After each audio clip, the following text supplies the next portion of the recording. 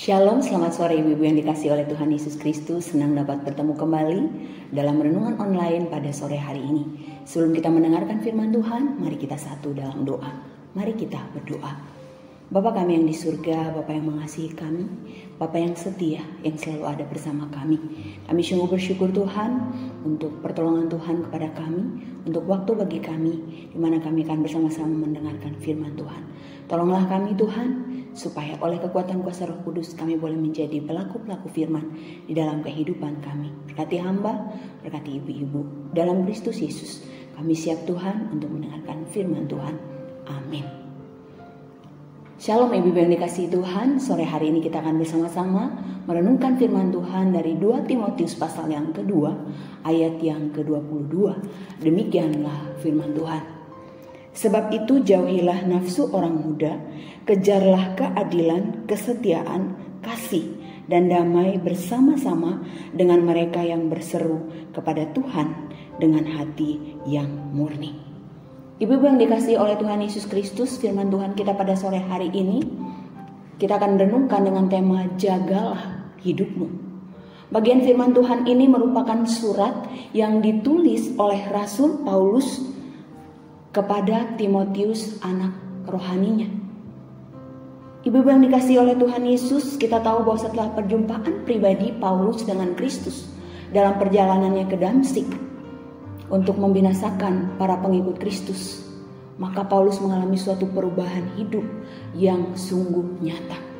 Hal ini kita melihat dari pengabdian Paulus, bagaimana Paulus mengabdikan hidupnya untuk mengikut Tuhan, untuk melayani Tuhan sampai akhir hidupnya. Bila dulu sebelum mengalami perjumpaan pribadi dengan Kristus, Paulus adalah seorang pribadi yang begitu membenci Kristus dan para pengikutnya. Maka setelah mengalami perjumpaan pribadi dengan Kristus, Paulus menjadi seorang yang rela mati demi memberitakan nama Kristus dan Injil Yesus Kristus. Ibu-ibu yang dikasihi oleh Tuhan, ketika Paulus menulis surat ini, ia sedang berada di dalam penjara di Roma. Ia sedang menantikan hukuman mati. Yang mana hukuman mati itu dijatuhkan kepada Paulus bukan karena Paulus melakukan dosa, bukan karena Paulus melakukan kejahatan yang begitu besar, tetapi firman Tuhan katakan bahwa Paulus sedang menanti hukuman mati oleh karena Injil dan oleh karena nama Tuhan Yesus Kristus. Penderitaan demi penderitaan Paulus alami. Namun Paulus tidak menyesali semua yang telah ia alami, karena bagi Paulus hal itu berarti pertandingan yang baik sudah diselesaikan dan saat menerima mahkota kehidupan sudah di depan mata. Ibu-ibu yang dikasihi Tuhan, Paulus sungguh menjaga hidupnya dengan baik sampai akhir. Sehingga dalam 2 Timotius 4 ayat 7 Paulus katakan, aku telah mengakhiri pertandingan yang baik, aku telah mencapai garis akhir, dan aku telah memelihara iman. Di saat-saat terakhir hidup Paulus tidak fokus kepada dirinya.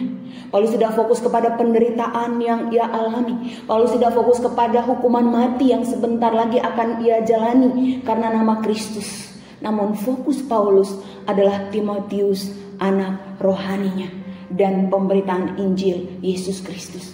Fokus Paulus adalah bagaimana mempersiapkan Timotius, anak rohaninya, untuk melanjutkan pelayanan yang telah Tuhan percayakan kepada Paulus. Sebagai bapak rohani, Paulus tidak ingin ketika ia telah pergi meninggalkan dunia, maka anak rohani yang dikasihinya mengalami krisis identitas. Oleh karena itu ia sungguh-sungguh mempersiapkan Timotius untuk melanjutkan pelayanan yang dipercayakan kepadanya. Ibu-ibu, Timotius bertobat ketika usia yang masih sangat muda, yaitu usia 15 tahun. Dan dikatakan bahwa berarti ketika menjadi seorang gembala di Efesus, Timotius baru berumur 35 tahun. Usia yang masih sangat muda.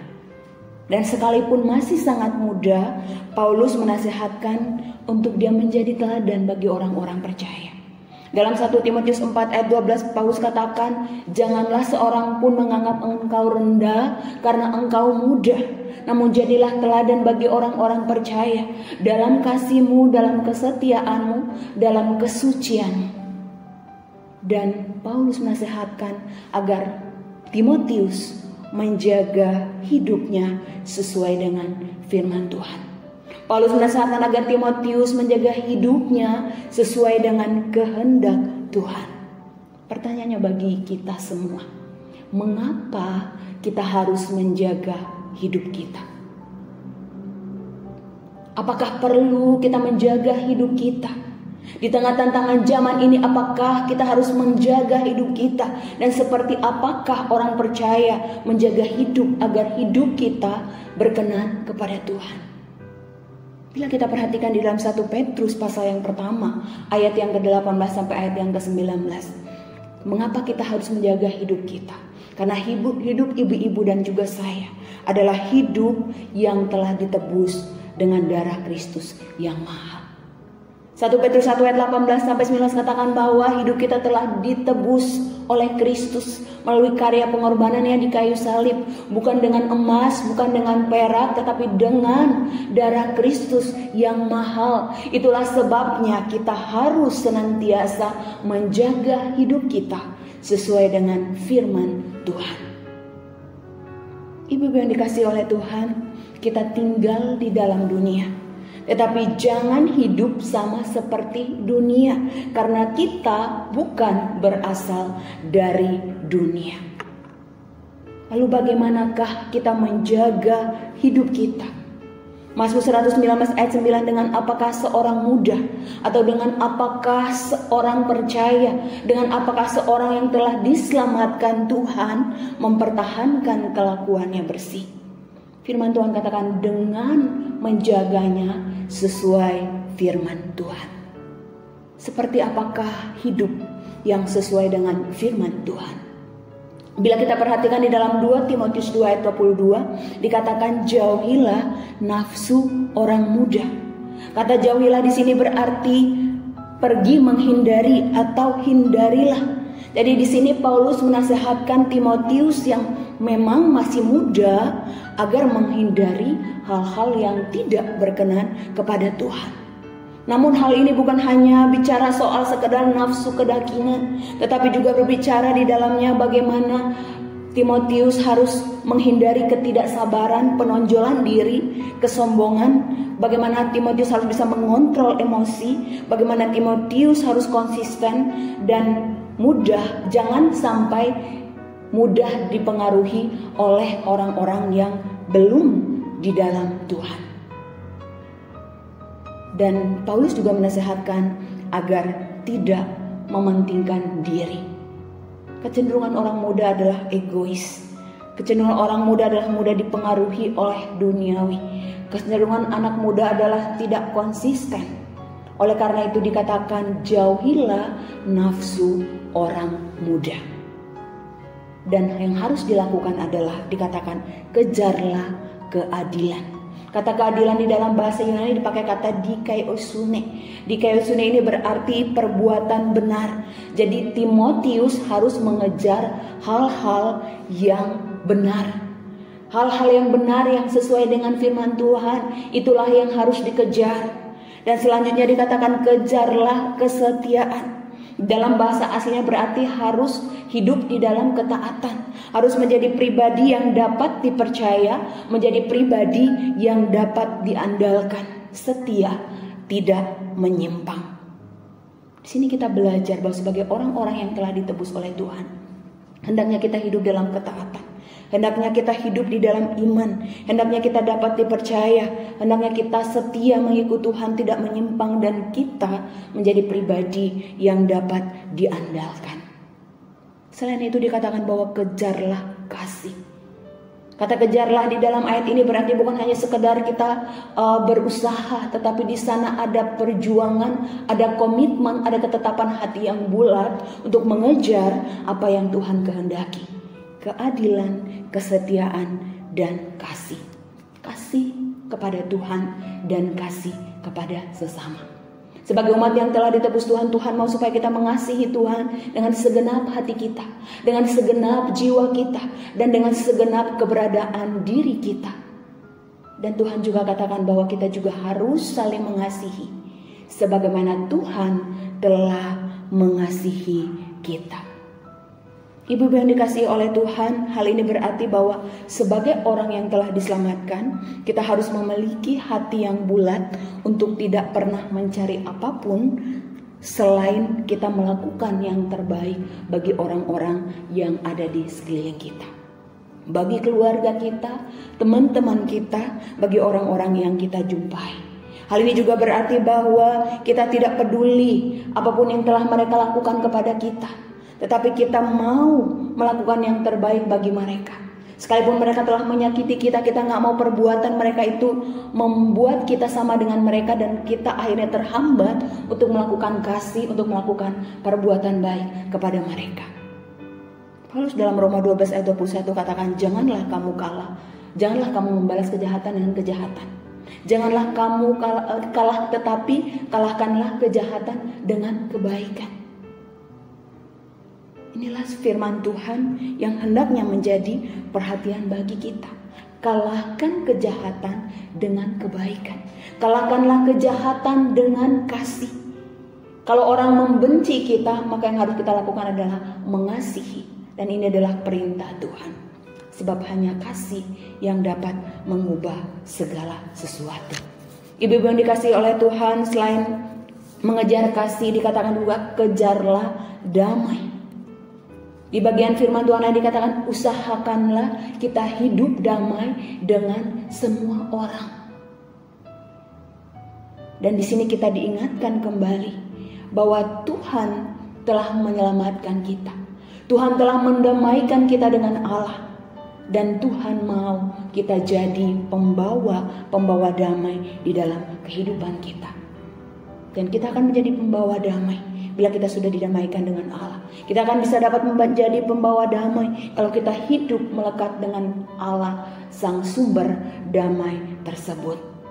Dan di bagian akhir ayat ini dikatakan, dan semua ini harus dilakukan bersama-sama dengan mereka yang berseru kepada Tuhan dengan hati nurani yang murni. Ibu-ibu yang dikasihi Tuhan, sebagai orang tua rohani, Paulus tahu bahwa Timotius membutuhkan dorongan. Oleh karena itu berulang kali Paulus menasihati Timotius melalui setiap surat yang dikirimkan kepada Timotius. Paulus juga berulang kali menasihatkan dan mengingatkan agar tidak malu menjadi seorang prajurit Kristus.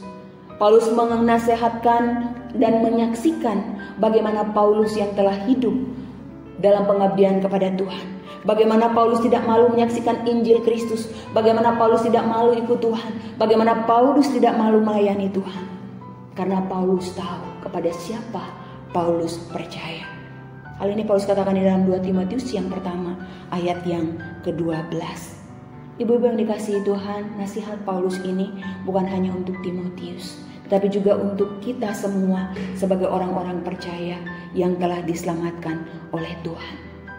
Ketika Paulus menasihati Timotius, Paulus menasihati dengan penuh kasih, dengan penuh kesabaran yang membimbing Timotius untuk siap menghadapi setiap tantangan dalam pelayanan sebagai seorang prajurit Kristus.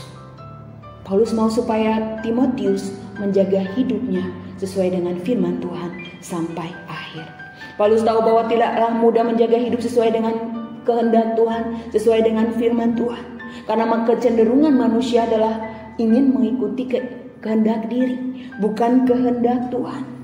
Paulus juga sadar bahwa dalam memberitakan Injil tidaklah mudah, karena Paulus telah terlebih dahulu mengalami banyak penderitaan karena nama Tuhan dan karena Injil Kristus, sebagaimana Paulus tuliskan dalam 2 Timotius 3 ayat yang ke-11. Bagaimana di Listra Paulus dirajam dengan batu, kemudian ditinggalkan dalam keadaan seperti orang mati. Namun Paulus tidak goyah sedikit pun. Karena itu Paulus rindu supaya Timotius mengikuti teladan sang rasul, dan dengan tetap menjaga hidupnya agar tetap setia ikut Tuhan dan hidup dalam firman Tuhan, hidup di dalam kehendak Tuhan. Ibu-ibu yang dikasihi oleh Tuhan Yesus Kristus, hal ini juga yang menjadi kerinduan Tuhan bagi kita semua. Oleh karena itu selama masih ada waktu, selama Tuhan masih memberikan kita nafas kehidupan, marilah kita hidup dalam firman Tuhan sesuai dengan kehendak Tuhan. Hiduplah dalam ketaatan, dalam kesetiaan.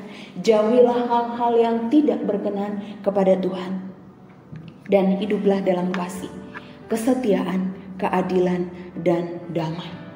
Di tengah dunia yang semakin hidup di dalam kekacauan, marilah kita menjadi pembawa damai kapanpun dan dimanapun kita berada. Mari kita hiduplah dekat dengan Tuhan. Sebab hanya saat kita dekat dengan Tuhan, maka kita akan dimampukan untuk menjaga hidup kita sesuai dengan firman Tuhan. Sehingga pada akhirnya kita dapat berkata seperti yang Paulus katakan dalam 2 Timotius 4 ayat 7 tadi. Bahwa aku telah mengakhiri pertandingan yang baik.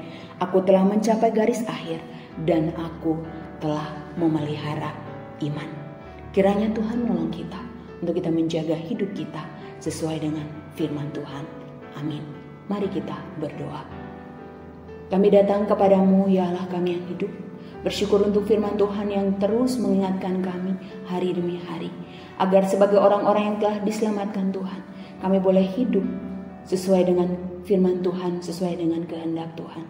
Sehingga dalam hidup kami Tuhan, kami boleh menjadi terang di tengah kegelapan dunia ini. Sehingga melalui kehidupan kami, banyak orang dibawa untuk percaya kepada Engkau. Berkati ibu-ibu, berkati bila ada yang sakit Tuhan sembuhkan. Yang dalam kelemahan Tuhan kuatkan. Yang dalam pergumulan biarlah Tuhan yang memberikan jalan keluar. Dan biarlah Tuhan yang terus menolong kami untuk kami boleh menjadi teladan-teladan iman. Di tengah keluarga, di tengah saudara-saudara kami, di gereja, dan dimanapun kami berada. Dalam nama Tuhan Yesus, Tuhan dan Juru Selamat kami berdoa dan bersyukur untuk firman Tuhan.